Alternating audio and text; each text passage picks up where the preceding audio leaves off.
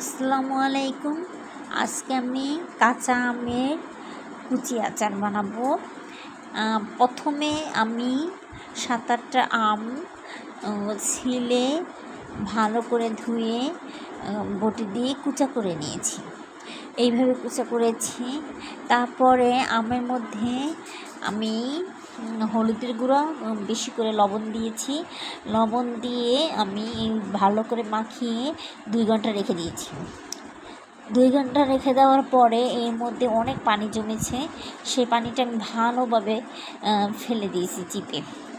তারপর একটা বাটিতে আমি নিয়ে এর মধ্যে কিছু মশলা মিশিয়েছি। সেটা হলো পাঁচফোড়নের গুঁড়া 3 চামচ, তেলে গুঁড়ো করে নিয়েছি, আর হয়েছে শুকনো মরিচ তেলে গুঁড়ো করে নিয়েছি 3 চামচ, আর সর্ষের তেল, একটু রসুন কুচি দিয়ে কয়েক কোয়া রসুন কুচি দিয়ে আমি একটু হালকা ভেজে নিয়েছি।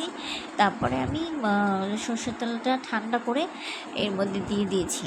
এখন আমি চামচ দিয়ে ভালো করে মিশাবো যাতে আমের গায়ে মিশে যায় ভালো করে। আর এটা এখন আমি হাত দিয়ে ধরবো না, কারণ হাত দিয়ে ধরলে নষ্ট হয়ে যেতে পারে। যেহেতু আমি এটার মধ্যে সিরকা দিইনি, সেক্ষেত্রে নষ্ট হয়ে যেতে পারে, তাই আমি চামচ দিয়েই করব। ভালো করে মিশিয়ে পরে কাঁচের জারের মধ্যে রেখে দিব। আরও আমি তেল দিব পরে, কাঁচের জারে যখন ভরবো তখন বেশি করে তেল দিয়ে রেখে দেবো। আর এই আচারটা এত টেস্টি, কাঁচা আমরা ফ্লেভার পাবো, স্বাদটা পাবো।